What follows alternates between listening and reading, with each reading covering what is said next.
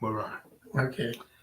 Good evening, ladies and gentlemen. You must wonder who this guy is next to me. Does he resemble anybody that you may know in this life or a past life? Al Capone, alias Edward Portala. Okay, we have a crazy show tonight because we do not have one idea of what we're going to talk about. But that's a good thing because we'll come up with shit we don't even know that we know. Okay. But I have to start off with one specific thing. A shout out to my grandson, Tim Holmes. Now, don't be confused thinking, Holmes, that's not Italian. Well, there's a long story that goes into that, but he's as much Italian as I am. Well, close. Okay. His dad was born in Germany, and his beautiful mother. We almost got married, but we never did. And I found him after 26 years. Tim's a sweetheart, great guy, and he likes this kind of mob style life. It's a good thing they weren't around like they were for us, because he would have gotten the same kind of trouble this big lug did. Yeah. And I could have. I got close in my poor judgments. Eddie, I think I'm going to start with you this evening. I know you're nervous. Should I start with you or should I? I'm going to tell you a story, okay? Because this will loosen him up a little bit. I had a friend of mine years ago. Now, don't forget, we're all street kids, and everybody's looking for a score. If you can find a score, that means you'll be okay. Especially at that time of the year, it was Christmas time. And there was a guy that was stuck in the snow. So my friend, I could call him Al. Maybe I will, because that's his name. Anyway, he goes over and the guy asks him to help push him out of the snow. And he says, okay, he tries pushing. Car's not moving at all. Now, my friend Al knows an opportunity when he sees one. He looks in the back of the station wagon and he sees cartons and cartons of cigarettes. So he says to the guy, you're bigger than me. Why don't you push the car a little bit and let's see if we can get it out of the snow. He says, okay. So my friend gets in the driver's seat. The driver gets out and goes behind the car and he starts pushing.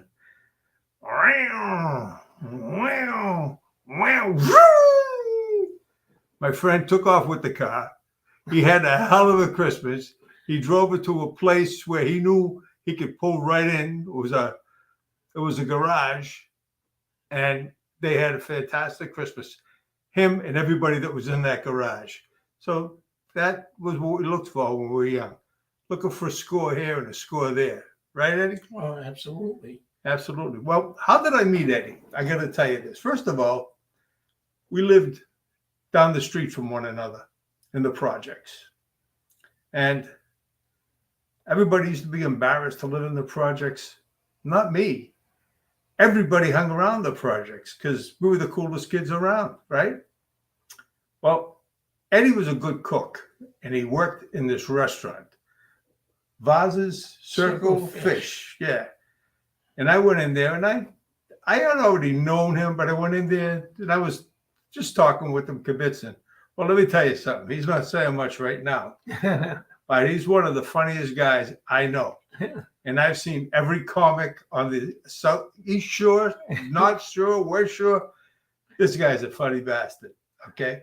Now, I guess both of us, when we first started out doing this podcast, we both got a little nervous. You know, you say, oh, Jesus, am I going to say the right thing? Am I going to mess up? Whatever, you know? But Eddie did all right for himself. Me, I was always a bust out until later in life. Now I'm a bust in. Anyway, yeah, Eddie was a great chef, a great cook. I used to go in there and get my linguine with clam sauce. It had to be White. I said, I can't have red because it gets me sick. So Johnny Vaz is saying, Oh no, it's good. This is good. It makes a real good red one. I says, Johnny, I get sick from it. I'm telling you. You'll be fine. You'll be fine. Okay. He pushed the red sauce on him. He pushed the red sauce on me. I get a couple of forks full of, and I run outside. I won't be too graphic. But anyway, that was it. Now, Johnny was upset because he knew he had to give me a free meal. Yeah, he was tight with that. Yeah. But yeah, Eddie's come a long way in his life in some ways. In other ways, not so. I hated school. I dropped out of school, 10th grade, joined the Army. Eddie, on the other hand, was very scholarly. He went to, what was the school you went to? I went to Suffolk Law, and then I transferred to Bentley College. Kind of In grades. Waltham. I was ranked 38 out of 1,400 students in the whole school. Yeah. Now, there's a guy with an upside. You swear this guy's going to go places. Well, let me say one thing. He did go places. Yeah, Colorado, Yeah. Devons, Yeah. Plymouth House of Correction, you name it, I went. Yeah.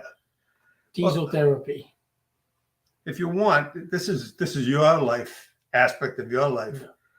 If you would like to tell them, because I'm sure you will tell them or whoever's watching and listening that it was not the way to go. That fast, easy money, Right. and the fact that the people around you were wise guys, and you know you were influenced. I was easily influenced, and when I was a child, I was always nervous. I had an ulcer at 18. I was very shy. I was an introvert. I buried the books I read constantly, day and night, and it helped me in school, but it didn't help me with the women. No. And I had a cross eye, and everybody used to make fun of me, goog eyes, Eddie spaghetti with the meatball eyes, and all this. And I was hanging around some guys that were, affiliated with the mob, and they would say, "Come on, come out to the nightclubs with us." So I'd come out with them, and there was this girl, I don't want to mention her name, but she's from Revere. Her name was Tracy, absolutely drop dead gorgeous. And I fell in love with her. So every time she gave me a drink, I really didn't drink. So I would have one. Yeah. So I'd buy 5 drinks. I'd be pulling them out of the cup, right? Yeah. Hey, can I have another drink? And I'd give her $10 every time. She'd even look at me. So Joe, my friend Jumbo, he's deceased now. He's from Everett. Joe goes, "Eddie, let me give you some Coke." I go, "Coke?" I'm like, well, "What do you mean? I don't even know what that Coke, looks right? like." It was Coke. And he says, "When you go to pay her, pull the money out with the Coke between the bills. It's going to fall on the ground." I go, "I'm going to get arrested." He goes, No, don't worry. The cops do it too." This is in the 80s. So anyway, I drop them on the ground. She sees them and she puts her high heels on them. She goes, "Is this for me, big boy?" I go, "Yeah." I said, "What's up?" She goes, "Well, listen, after I get out of work at 2:30, because the place closed at 2, pick me up and we'll go to my house. Make sure you bring more shit." That's what she said, Yeah. right? I said, "How much you want?" "Whatever you got." I go, "Okay." That's how I started in the Coke business. I should have never started that way. I was very insecure. And that picked up your low self-esteem. Yeah, of course, because now I get girls, Yeah. Mr. Popular here. Yeah. Not knowing they were after one thing, Yeah. which was the drugs and the power drugs. And Yeah. then, of course, with that, you get money, and then you get the fancy Lincoln Town cars. We all drove Lincoln Town cars back in the 80s. Yeah. And the old big fashion ones. Yeah. And I bought one right out of Pride, right out of the showroom. I bought it for Carmen. And he says, "Eddie, what are you going to finance?" I go, "No, I got cash." I give him a paper bag. He goes, "You got to be kidding me." Paid $28,000 back in '85. And beautiful car. Actually, it looked like Paul Castellano's car Oh, really? when he got whacked. Yeah. It actually exactly was like that. And, I started dealing drugs, and bad thing. I regret that to this day. Big dead end, huh? But you're either gonna What would you say to young guys coming up today? don't bother, don't even bother. There's too many informants.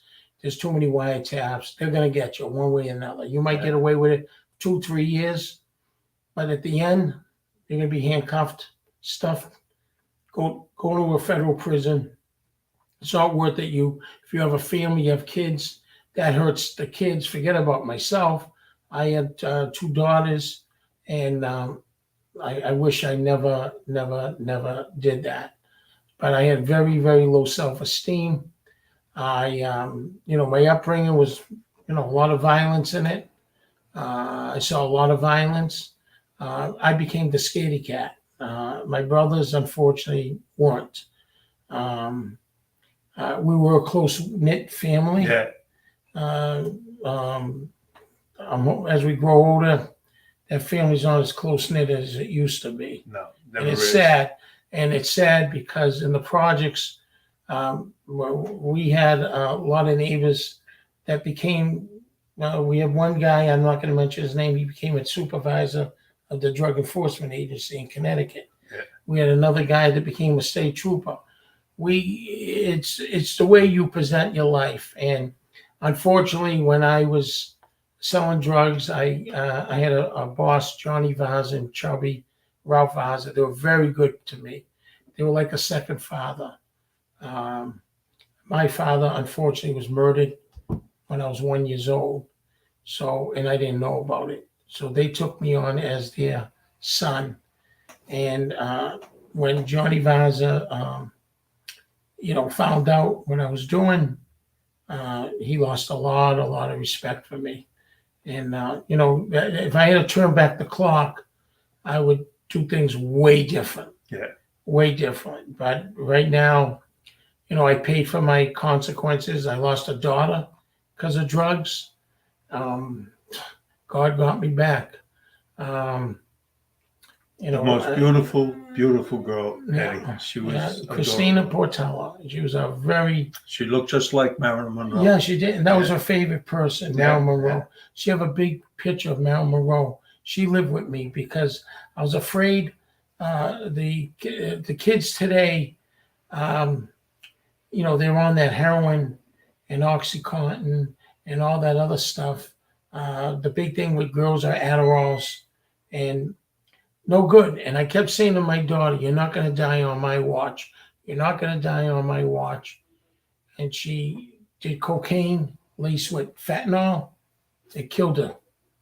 And I found her dead. And that vision in my life will never leave my head. No. To lose a child, I'd rather be me. And I told when my daughter was in a casket, I lifted her up. And I said, I wish it was me here, not you. Yeah. I lived my life. Yeah. And she was a beautiful girl. She never talked about anybody. She was. I can't believe how adorable she really was. I was totally devastated. The mother, the grandmother was very devastated. I mean, she was just a good person. Remember the night you saw me when I came to the funeral home? Yeah. Remember what you said to me? I know how you feel when you lost your son. Yeah. I know worse. Exactly. And Donny said we all belong to a club that we don't want to belong to. That's right. Losing our children. Yeah. And I regret everything that I've done. Yeah. I was too smart. I made money legit. Yeah. Like doing you with the $1,000. I gave you the $1,000. Yeah. I went in to visit him one time. I always needed money. I didn't always have it, but there were certain things that I wouldn't do. I could have made money doing what he did. And not to knock him, because I would never knock him. I love this guy. But you can't take him by the hand either. He did what he did. I didn't. As desperate as I was for money.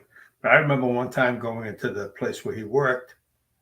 I says, Eddie, I'm a married man now. I needed money. I says, can you lend me 1,000? Without batting an eye, boom. As a young kid at the time, lending me $1,000. Did I ever miss any payments? You paid right on time. Actually, you're probably the only one that paid me back. I know. I said I'm out of the loan sharking business Yeah. for sure. You're right. I took a good liking to Donnie. Like I say to him, he was a single parent bringing up his son. Not at that time. I think I was But still no, married. later on. Later on, yeah. Later on, you were bringing up your son, and you're a single parent, and I don't know too many men that would sacrifice their life for their child, bringing them up. And that's called with the romantic, with the women and everything. He didn't bring other women around him. He was with his kid all the time. And now his kid's very successful. He has a TV show, radio station. Yeah. He's doing great. Yeah. He's doing super. And Absolutely. because Donnie taught him the right way. Like I said, I made choices. I didn't have to break the law. I was stupid. I needed attention. What do I call you? The smartest dumbbell I ever Yeah. had. I This am guy- the smartest dumbbell. You're right. I am a He dumbbell. is unbelievable with numbers, accounting. He can do he has so many positives that when he did what he did, please believe me, it was terrible. I remember him, you were at Sunnyhurst Farms, I think. Yeah. That was the first time he went away. Yeah. And I was there the night before. Yeah. And you went off. And when I got arrested by the Secret Service about 2003, they called me the evil genius because they knew I knew what I was doing. yeah. But I applied my education to different areas, Yeah. and that was wrong. And like I said, I haven't been arrested in 20 years, and I'm happy about that. Yeah. Because I'm doing everything right. But it's very easy to stray the other way, and that's what happened to me. Like I said, I love the city of Revere. Yeah. I live in Revere right now on the beach. I just love it. I know everybody. I'm in a comfort zone. And with Donnie, like he knew I worked around the clock. I still work around the clock. Yeah. And I'm 63 and I'm like working because I want the better things in life. Yeah. But like I said, Donnie took the other path, which is the right path.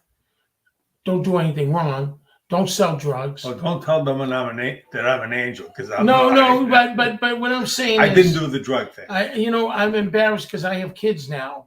Now I don't want to, like I'm cursing my daughter. You're seeing that drug dealer, and I was the same way. Yeah. So I was wrong too. Yeah. But at the time, when you're on a roll and you think you're a big shot, and you're riding around a Lincoln Town car with the cell phones, we had the cell phones back then. They were a lot of money. They were like $1 a minute. Yeah. And I had the big Nokia phone. I paid $3,000 for it, and I'm thinking I'm a big shot. And of course, the girls say, "Oh wow, look at that guy! You got a nice Lincoln Town car. You got a lot of money. He's out every night." So I had no problems getting dates. But before that, I couldn't pay for a date. You know what I'm saying? Because I was so insecure about my left eye. It was always crooked. And I'm saying, oh, she must think I'm a cross-eye or something. But I didn't realize the girls said, "Hey, I really liked you a lot." As long as you keep bringing the coke, I don't care. That's what they said. They're both looking at each other. And, Now, I got to say this. He's saying about a lot of the sadnesses in his life, and we all suffered from them. I have also, But there's been a lot of laughter as well, even in the business that he was in. Because there's one specific story, okay? Should I do one of mine quick? yeah, I want you to do Okay. yours. I was so impressed by Wise Guys, the long top coat. And you look at them and you say, wow, what a godly figure, There was a place I used to hang around. They called it Tony Donuts. And I'm in there one day skipping school. I didn't care about school at all. I was a dreamer. My father used to say, Donny, you're a fucking dreamer.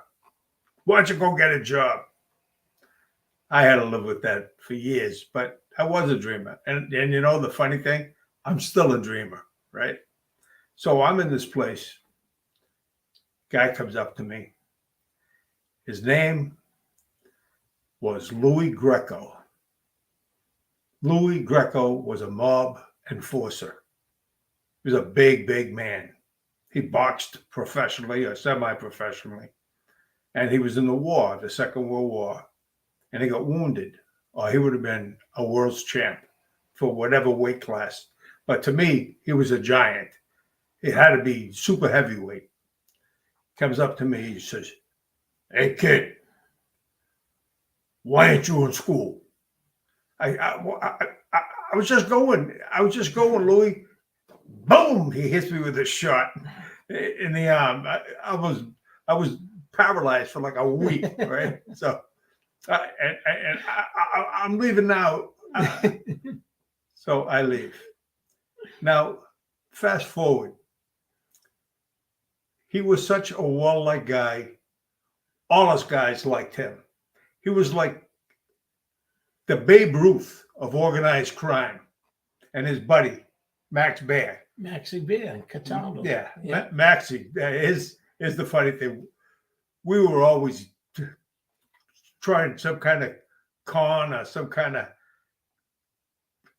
situation to make money. We used to pitch quarters up against the wall and everything else, and it progressed from quarters against the wall to go into the horse track. We'd go to the horse track.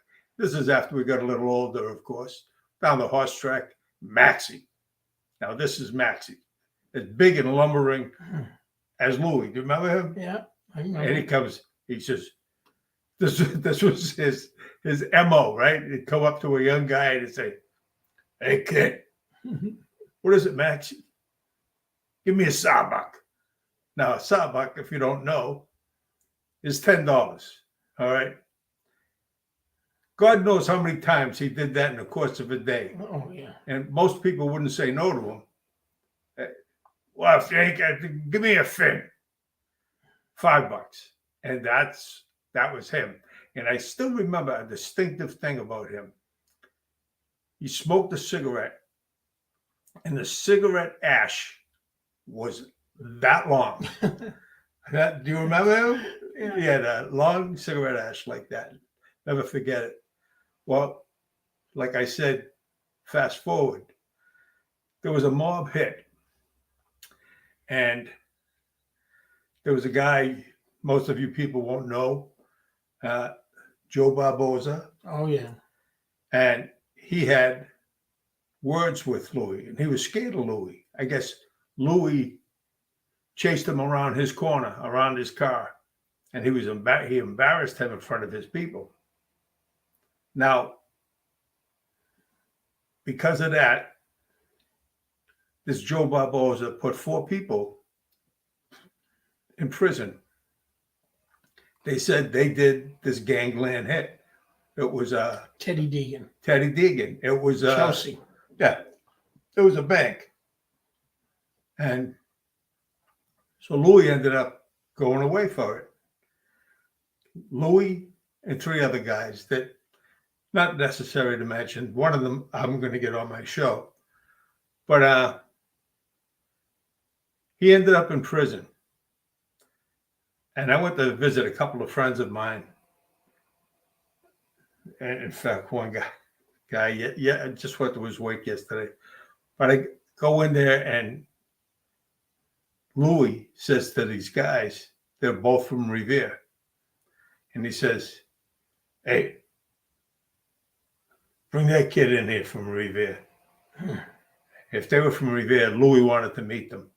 I went in there. What a sweetheart of a guy. You know, you think every mob guy is a bad guy and all that. A lot of them had good hearts. Louis was great for kids. He was right there for us. We knew if anything ever happened and Louis was around, you would have no problem. Anyway, he ended up telling me, Donny, He says, when that happened, when that hit happened, look, I'm no angel, and I get whatever I got coming. I was in Florida when that happened. Imagine that. And They set him up. yeah, and I 100% know, and I know some of the other players, and they weren't involved either. And Look that's at not Joe. right. Yeah, yeah. Poor Joe. He wasn't. Yeah. He wasn't even involved at all. And it was around the North End. Yeah, Free Joe because Joe never did it. yeah. I had all those things signed. Do you know how they found this out? Yeah, Chelsea That's right, but you know how? under The floorboard. under the floorboards. They were digging up the old Chelsea station, and Yeah. one of the captains put a memorandum down about the hit, and they didn't want him to show to anybody Yeah. else. And he put it under the floorboard. When they ripped it out, one of the cops found it, Yeah, turned it over to the news meter. it was a big conspiracy Yeah. with the FBI. It was a The conspiracy. FBI actually conspired to put these guys in prison. They wanted the notch, you know.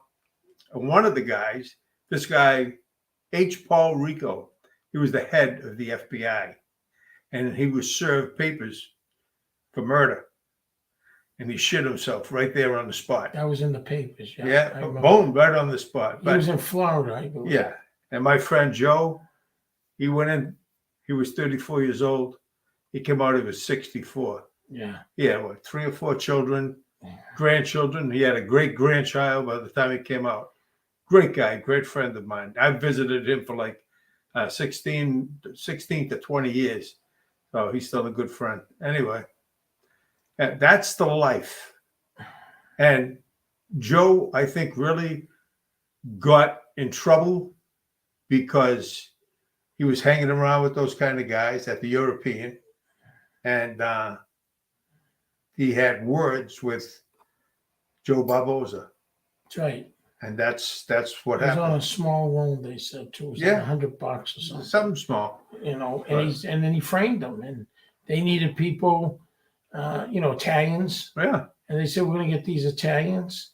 I think it was, who else was framed on there? Was it Henry Tamilio? Or Henry Tamilio was from Rhode Island. What's his name? Peter. Peter was in on that.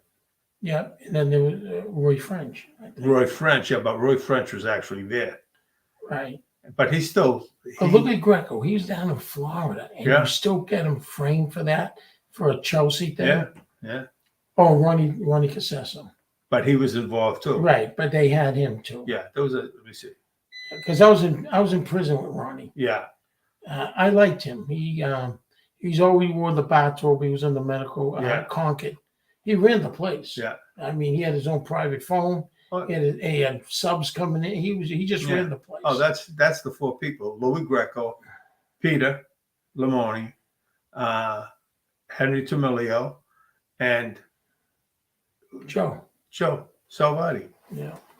So Yeah. that's Well, what it's didn't they like. have, but they also Louis Greco because he got money too. No, I said that. Yeah. Oh, No, okay. he didn't get any money I because thought- he died before they settled. yeah. My friend got over $10 million. What good is it though? 30 years of his life he gave up. You know. So, You're right. It's our environment, and we took that. I took that wrong path, yeah. and I didn't need to because I had an education. Yeah. I made money legit. Actually, I made more money when I was younger than now. But I mean, if there's any young kids listening out there, it's not the path to go. That's No. why we have these shows to show Yeah. you we're not romanticizing the mob. No, it's a And dead end street. We're not glamorizing it. Even though when I was a little kid, I look up to them. I see this guy with a pink diamond pinky ring, new suit, gorgeous girl next to him, beautiful car, a lot of cash. Everybody coming up to him, kissing him, Yeah. hugging him. I mean, I was in Fort Devens with fucking 200 gangsters there. Peter Gotti was there. Yeah. You had Arnold Swinzeri from New York. You had John Riggy. You had Frankie Lacascio, who was John Gotti's partner. Yeah. Most of these guys won't know who They're all about. dead now, most of them. And I'm looking like, well, they're normal people like me. We just happen to be in the same prison. Yeah. You know.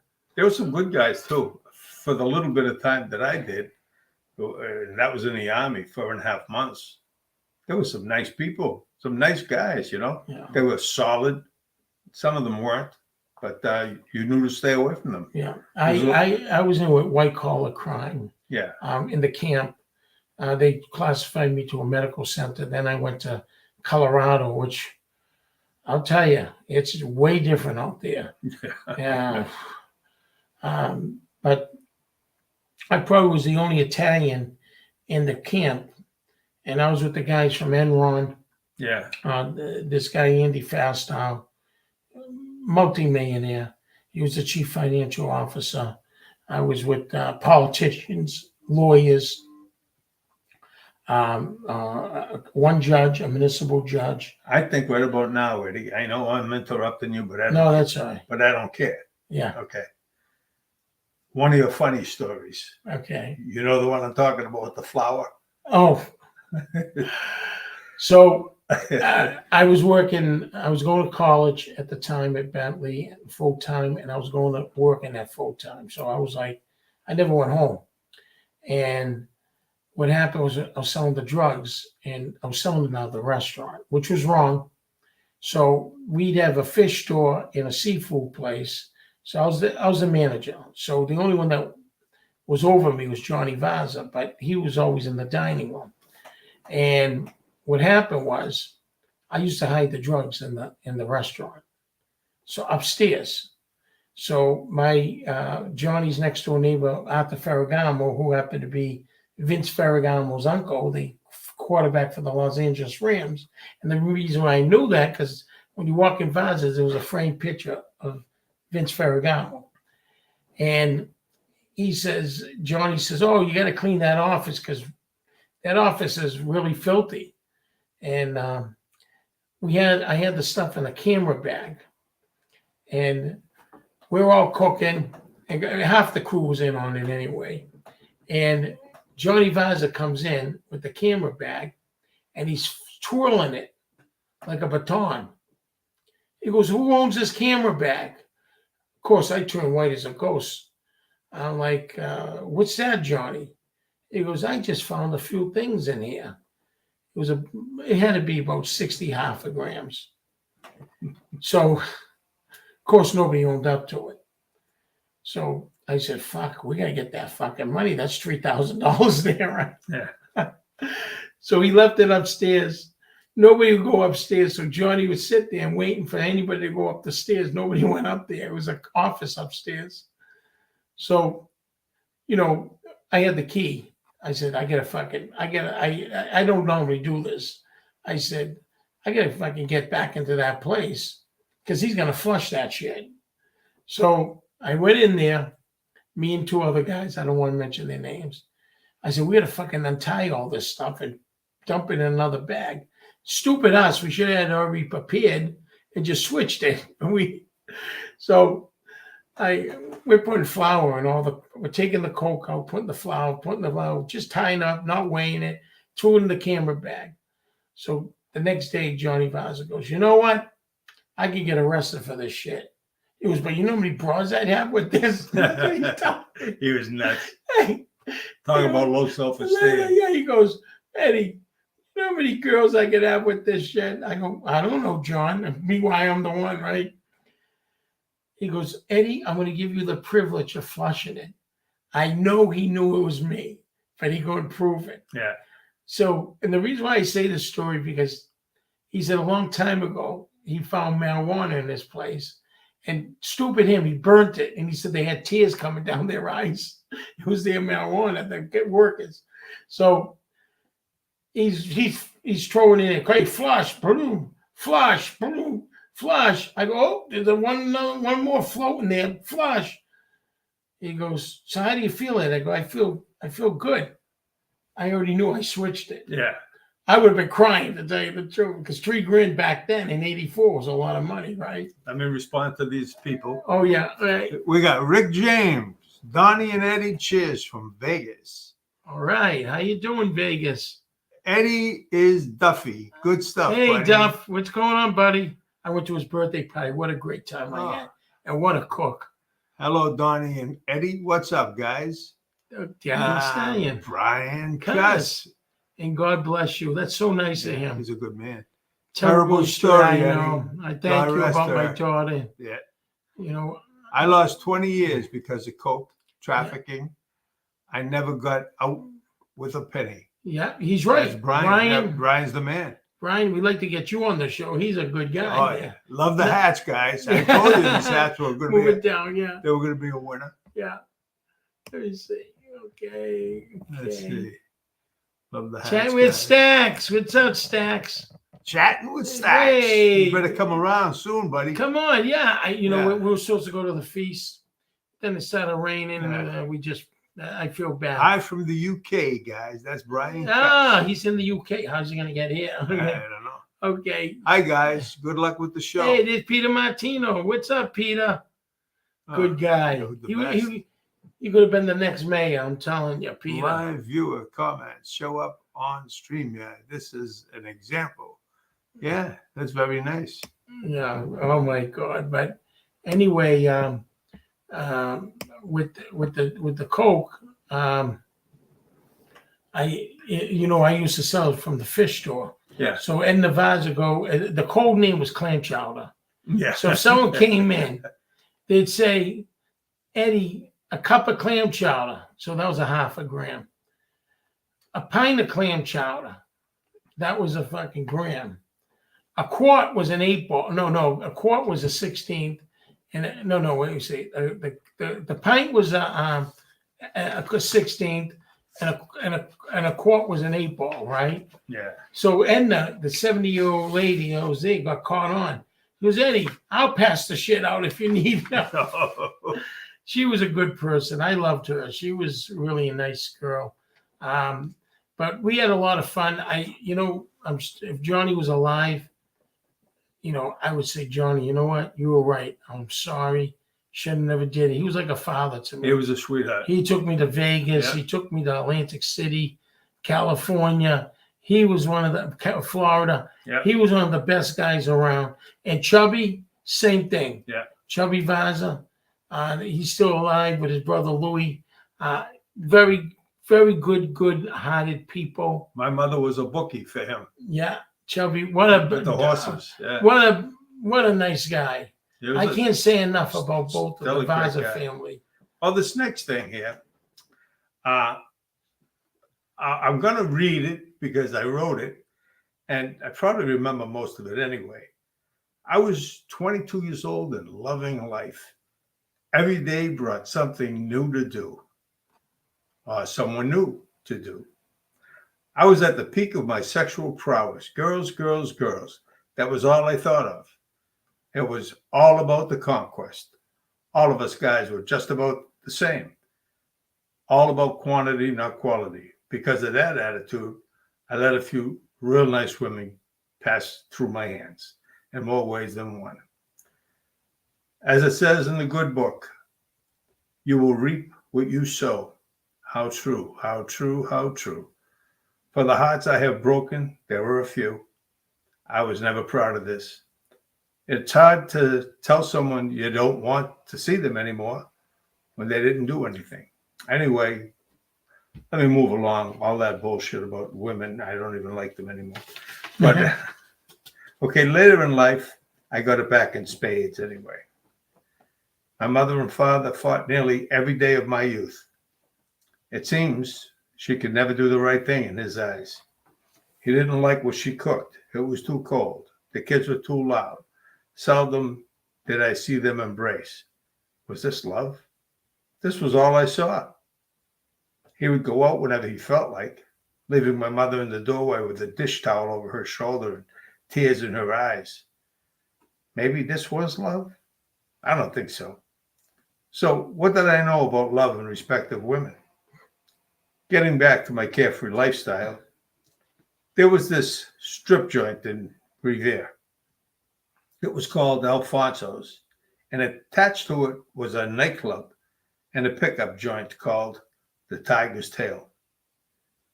or the Monkey Lounge. I don't remember.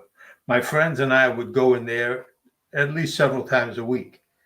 Broads galore. I was in heaven. I would take a shot at just about anyone. The later it got, the less selective I got. Back then, there was maybe crabs or the clap. No AIDS or other shit that would kill you, except maybe a stray bullet. Oh, did I fail to mention? This was also a local wise guy hangout. Hits were committed in and around their back in the day. I always loved to dance. I would dance all night. Everyone wanted to dance with me. Not because they liked me, though some did, but because I had rhythm. I was having a blast. I had a job at the Lufthansa, the German Airlines. German is my second language, go figure. An Italian kid, from Revere that speaks German. Needless to say, this job was cutting into my social life. Miraculously, I didn't even have to quit. I guess the Germans realized I was not cut out for their airlines. And they were right. Right to unemployment. I was all set. One fine summer evening, as I walked into the Monkey Lounge or Tiger's Tail, whatever, looking good as I always thought I did. I always had nice clothes and cologne. Unless the girls had x-ray vision, they wouldn't know. I was usually broke. At the time, I could get by on charm and sense of humor. $10 or maybe $20 went a long way if you nursed one drink all night long.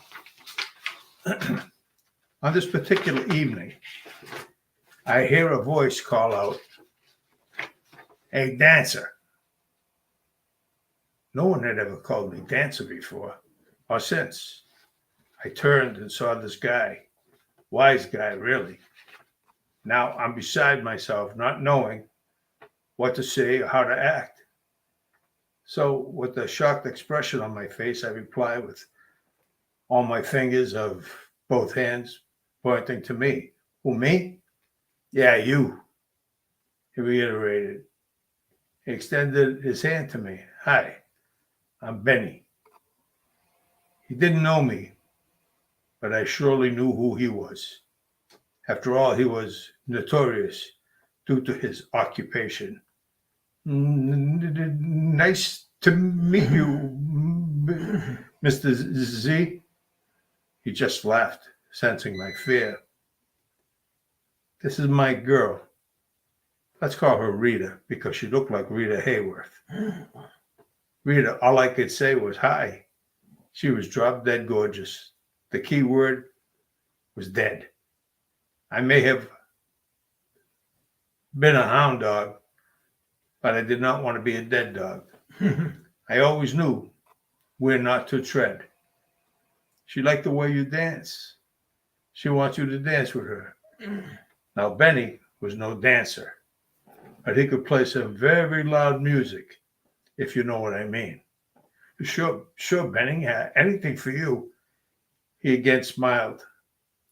The smile said, kid, don't get any crazy ideas. Benny was a crazed, jealous man. So to the dance floor I went with lovely red-headed Rita. My friends all looked at me like I was nuts dancing with her. Everyone knew Benny's reputation. We danced several dances, when suddenly a slow dance came on. Oh shit, I said to myself. It was like she turned into hot, molten lava. I let her go and returned her to Benny. She smiled at me. I think the fact that that man could instill fear in someone in some bizarre way turned her on. This went on for some time. Hey, dancer. Hey, dancer. I was starting to feel comfortable with him. I guess he impressed me. All us young guys grew up around this stuff. So when he showed me attention, he made me feel special. He had a swagger about him. He was highly respected. So when he started calling me over, a lot of guys showed me respect, or so I thought. It was really fear of Benny. They didn't give two shits about me. Until one night, lovely Rita, yours truly, and yours truly were dancing to this fast song. When Benny got called in back to talk with Alfonso, the owner of the club, I was sure he needed Benny for something significant because of the look on both of their faces. Another fast song. Then came this really sexy, slow song. And as usual, I let go of her as if she had the plague. She wasn't hearing it. Come on, dancer. Benny doesn't mind as long as it's you. No, Rita, not slow. Now, I'm trying to get away from her. Though, of course, if it wasn't for Benny, I would have loved to stay. I keep trying, and I knew I had to get away. When lo and behold, out walked Benny. Fuck! He just gave me a look, not realizing that it wasn't me, but her. Or maybe he did realize it was her. Made no difference. The odd man out would have been me. He never called me dancer again.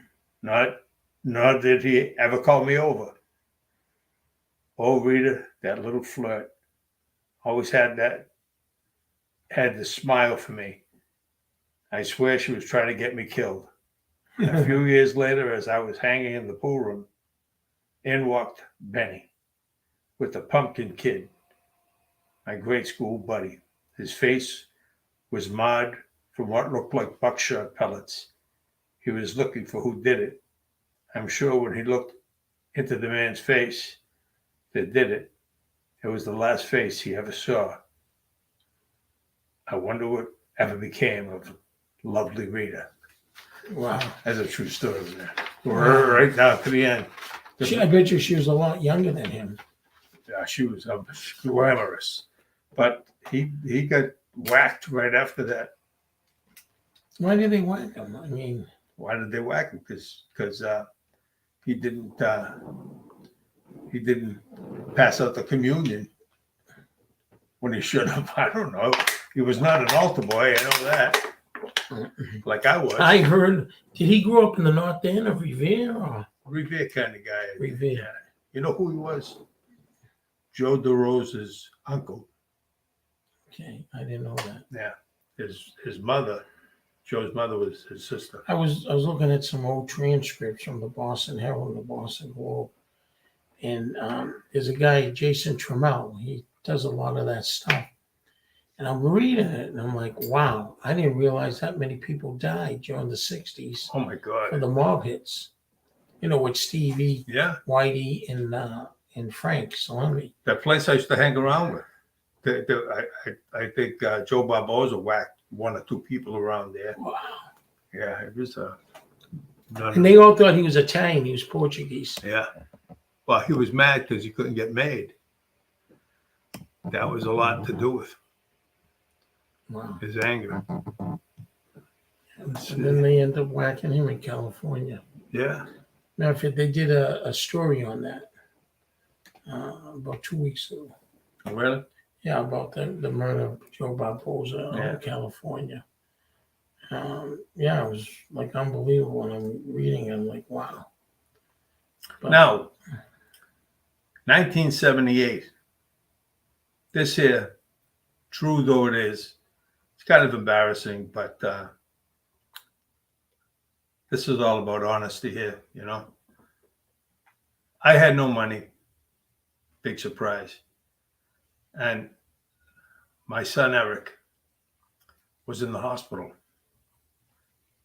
He just had heart surgery. And I was in there visiting him. And he was crying. And I said to him, I says, "You'll be okay, pal." They were trying to stretch his arm out because the surgery was under his arm. He was 5 years old. 5 years old. Yeah. And He said, Daddy, get me out of this yucky hospital.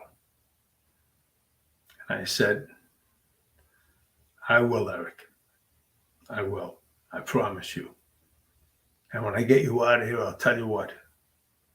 I'll take you to Disney World. Wow. Now, I did not have two dead flies to rub together. That's the truth. Which is your hitch down there? Well, here's what I did. I had a plot. I had tried it once or twice before, little stores like the Sunnyhurst Farms. I had sewn a pocket inside my coat that my wife bought me for Christmas. And I said, I'll make sure I get you there. Now, I go around, I find out who wants what. Oh, yeah, they put orders in. They put orders in, and I went out shoplifting. Nobody would ever suspect me of anything like that. And even to this day, they say, get the fuck out of here. You did that? I said, for my kids, I'll do anything. Same. You know, so. Now you did it for your child. Yeah. So, what was it? This one particular night, I knew a lot of people from the donut shop. A lot of like car people. You know,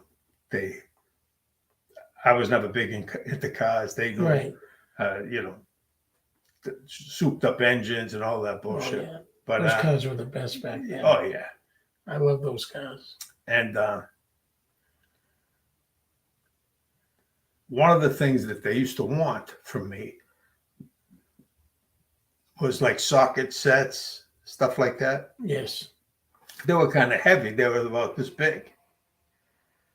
And so I go to Sears and I'm looking around and I see the socket set that the guy wants, right? So That had to be a heavy socket set. it was. So I put it. Now I had back then. I had extended my business and sewed a pocket in the other side. Hope you used a lot of thread Oh, because I those did. sockets are Oh, heavy. very heavy. So I put the socket set in this side here. I still remember like yesterday. And my coat went whang, you know. And there was a guy. He sees me, gets a make on me. He picks up the phone right away. Wow. And I says, I know this guy saw me. Now I gotta act quick. You gotta ditch the coat. No. I did it a different way. I knew who the security guy was. I didn't know the guy, but I knew what he looked like. He was like 6'9". Really? Oh, giant. Can't miss him. So, and they're doing a display with a vacuum cleaner, and I'm making like I'm watching the display, and I can't get over to get a second thing to balance out my coat. So now I get that one coat, and the security guy's walking towards me, and I'm walking towards him now. He goes, hey, how you doing? He goes, hey, how are you? Good. And I walk right by him, and I walk through all the coats and all the clothing and everything, and I get myself out to the door. I had a Volkswagen Common Gear. I'll never forget, like it was yesterday, right? And I get in my car, and I start it up, and the guy comes running out the door, him and the manager. And I drove by them, and I did one of these. I never went back there again. Not for years anyway, but yeah, that was funny. Yeah. So yeah. I could never picture you shoplifting. Eddie, I can't picture a lot of things I've done in my life. But we did it for our children, so it's different. Yeah, exactly. We didn't shoplift for ourselves. No. We shoplift for them. Yeah, exactly. But here's the best part. I took them to Disney World. You did. It was a blizzard of 78. Oh, I remember that. And I had my little Common Gear. And they had like a, what do you call it? Nobody could go anywhere. There was a ban on driving the roads. Oh, yeah. The governor. Yeah. I think it was the caucus. He lifted the ban. Now, unbeknownst to me, he put it back on again. Meanwhile, I got my wife and my kid in my Volkswagen, and I'm driving to, what do you call it? The train station. I even forget the name of South it. Station. South Station. There you go. And now I got to go to the other side, and I get pulled over by the state troopers. Oh my God. He says to me, he says, "Oh, you got to go back. You can't. The van is back on again," and blah blah blah. I said, "Officer," I says, "you got to do me a favor. Let me drop my wife and kid off." I says, "I'll come right back. Just want to drop them off. They're going down to Disney World." He says, "Make sure you come right back, officer." Absolutely. So I drive over there, right?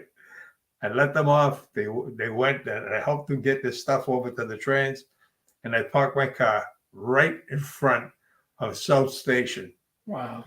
And when I came back from Disney, Don't say it was still there. it was, no, they had just towed it the day I was going before. to say that. Just the day before, but it was like nothing. It was Yeah. like I was paying for, you know. Wow. But we had a great time in Disney World. Never forget it. Yeah. What we do for our kids. Let's see, where we at here? All right. Oh, we still got like 5 minutes.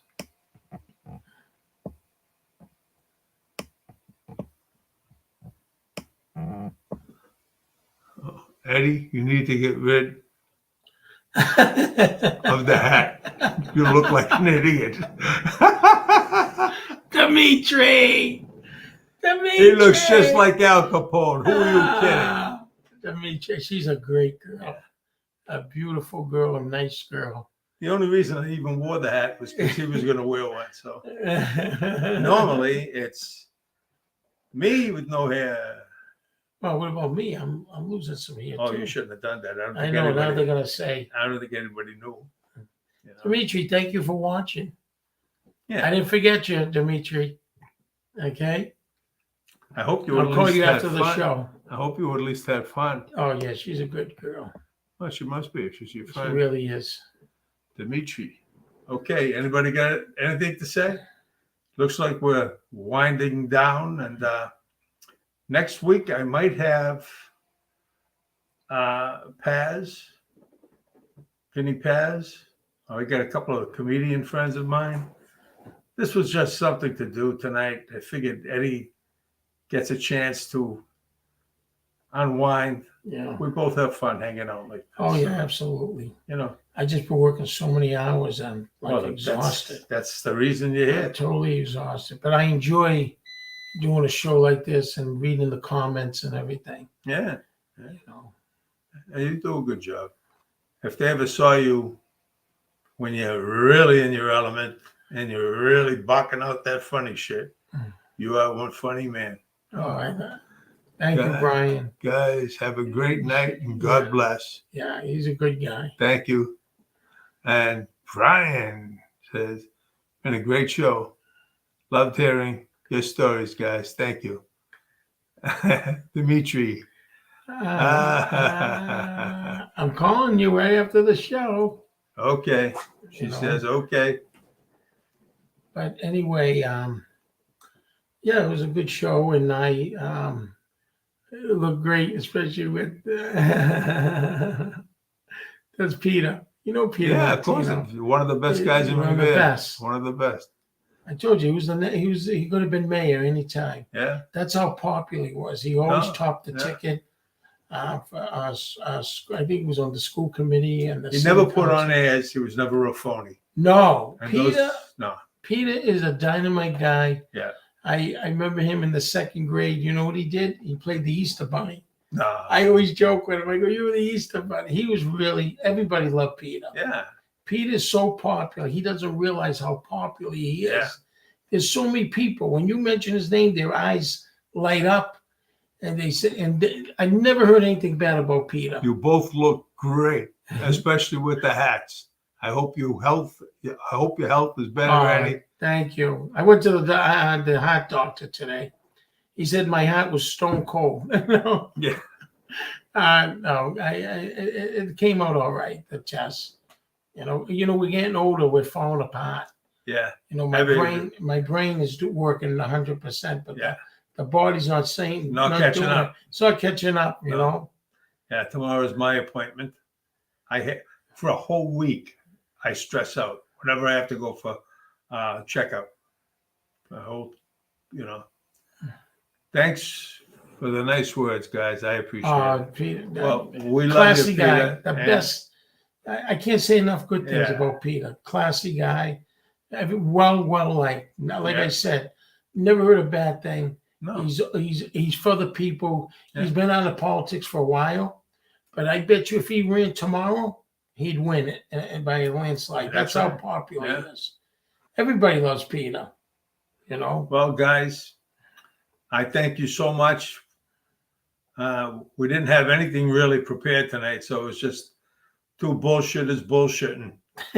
That's about what it was. So. Yeah, but if they have any ideas, Yeah, you know, you make the comments and, Yeah, and if you we can guys have- elaborate about it. any ideas for shows for us to do, I'll do it. He'll do it. We'll do it. We got a bunch of stuff that I have a lot of people lined up that still want to do the show. So we'll see what happens. God bless you guys. Love you. Good night.